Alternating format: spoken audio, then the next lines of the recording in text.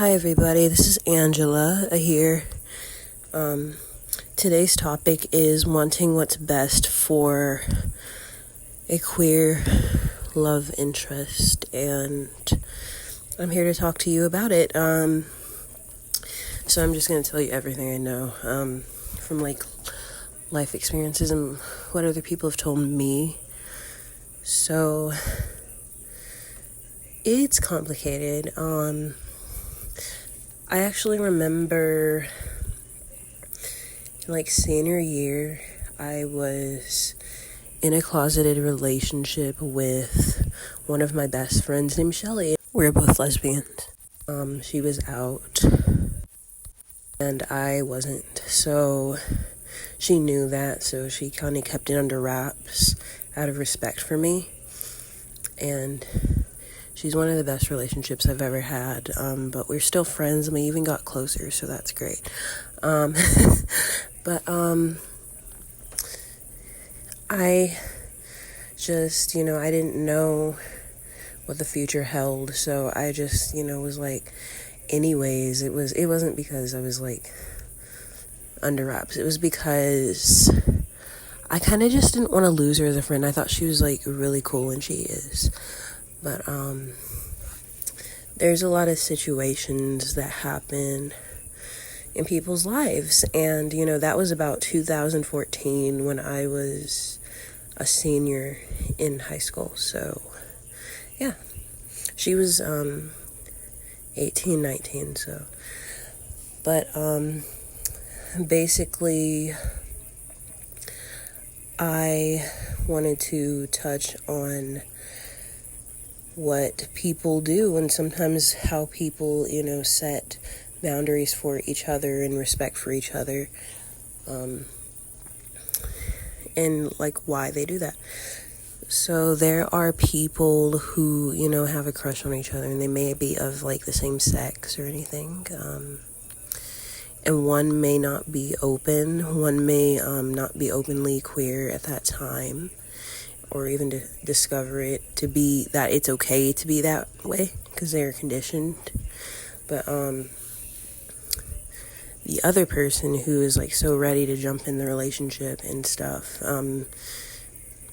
may just kind of be understanding sometimes, and they would be hurt, of course, but we respect the other person's wishes, of course.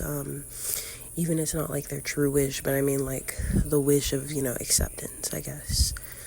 Which, and they might unfortunately be in a closeted relationship of, being in a heteronormative relationship, if that's what they don't, want, if they wanted to just impress people. But, there's also things that are harmful, such as conversion therapy and people going back in the closet after they confess their gayness because, they've gotten so much backlash, because it's not easy coming out, no matter what you're coming out as. But people do the ex-gay testimonials, and I really do feel for those people. I feel very sad what those people go through, because it was already painful to, come out, but to go back in is even more painful, because you're not living your truth, and you're scared because you think that you're going to have consequences for who you are when you leave this earth, and I don't believe that's true at all. I don't think that's true. It's okay to be who you are. But the experiences that people have told me that went to conversion therapy are traumatizing. I don't even want to share it, but it's so much. It's very triggering. But honestly, a lot of the people who are grown-ups that are confessions of quote-unquote ex-gay or ex-trans or whatever they identified as, ex-bi or anything, they're spreading harmful information to other people telling them it's not right to be who you are. So I changed, so you gotta change, And they think they're helping people, but they're not. They're actually causing damage, and that's not okay. I used to think, when I left religion, when some of my friends who, would do fellowship, back when I was kind of like, I had friends who did the whole mission trip thing. They would talk about their mission trips and all that.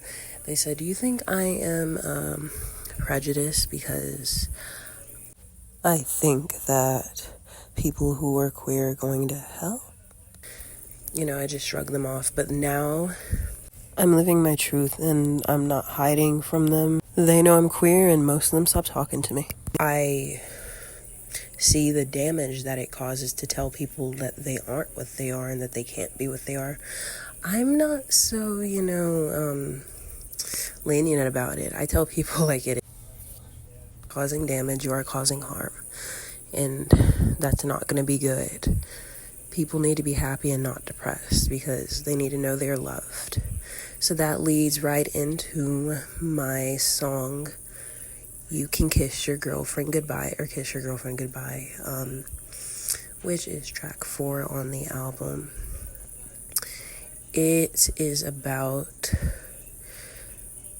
Evelyn going back into the closet, and it's written from Scarlett's point of view. She's telling this guy who is just so terrible, Evelyn wants so badly to be accepted, but she loves Scarlett. She's not going to completely abandon her, she's going to be her friend, and they're respectably friends.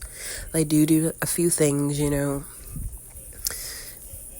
while before she gets a relationship with this dude, because she does still like Scarlett. She admitted to loving her, and she said one day this will be okay, I guess, when I'm ready, but I think it's going to be too painful for me. She can't really make a decision at that time, and Scarlett respects this. This is like in 1993. And I'm born in 1997, so I set the story in the 90s. I think it's kind of cool. That time period was very dark, but I mean, there is some, gems from that time period about the whole progressive movement. But, she sees that he is hurting her and is not being true to her. Of course, she's not being true to herself, Evelyn, but who can blame her? Because at this time in the 90s, it's not really acceptable to be who you are, especially with the AIDS epidemic rising, and, the stereotypes and the lack of information and everything that has to do with, stereotyping things and just, being associated with something bad. And she doesn't want to be a part of it because she was, again, a deacon's daughter, so she had to unlearn a lot of things. And this is the beginning where she hasn't really unlearned much, She still believes that she's going to, get punishment in the afterlife for being who she is and acting on it, because there's some people who they're like, oh, it's not a sin to be gay, but it's a sin to act on it, And it's like, people act like being gay is just about sex, and no, it's not. That's just as much about sex as, a heterosexual relationship is. Like, when you're in a gay relationship, you are looking to see if you're compatible with that person. You're looking to see if they bring anything to the table that's good for you, and you bring what's good for them, and that y'all connect on a personal and emotional level, and in every other way, and spiritually too. And just like any other relationship, I mean, it's not really hard to figure out. But they're very much like that. They have that dynamic, Scarlett and Evelyn. They really complete each other. finish each other's sandwiches, so to say. But yeah, it is a complicated thing because you'll hear songs that are like really good, like Good Luck Babe. There is much more acceptance today. I will say that. But I mean, you don't know the environment of that person. You don't know the story of that person. So you can't really taunt them for not coming out. Because, I mean, they might have emotional issues. They might still have some religious trauma they're working through that might, leave a little bit of scars for the rest of their life. And even if they do live their truth, there's some PTSD. She is calm and she just likes being around her, and that's what real love is. But she also doesn't want to see her suffer. So she's like, even if you're not going to be with me, I want you to be with somebody who's not going to hurt you, and I want you to be with somebody who's going to be nice to you and who's not going to use you or just, manipulate you like this jerk is doing, because she's with, like, the star of the football team in her college. They're going to USM, University of Southern Mississippi. They are class 1993 through 1997, so yeah, that's the little backstory, because I have a book on it, too. I'm working on it, and on their backstories first, and then the novels, which are trilogies, and the album's a trilogy, which is out, the first album. But, yeah.